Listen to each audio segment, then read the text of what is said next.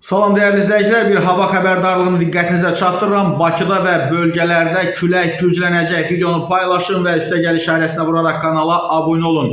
Mayın 29-u, 30-u Bakıda və Abşeron yarımadasında, eyni zamanda bölgələrdə gözlənilən küləkli hava şəraiti ilə bağlı sarı və narıncı xəbərdarlıq verilib.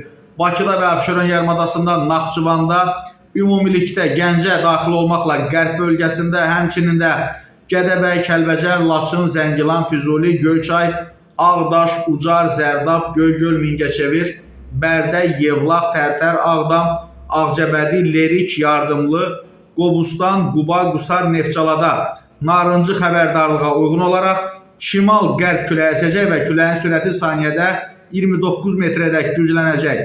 Ölkənin digər bölgələrində sarı xəbərdarlığa uyğun olaraq şimal-qərb küləyi əsəcək və temperatur saniyədə 21 metr təşkil edəcək.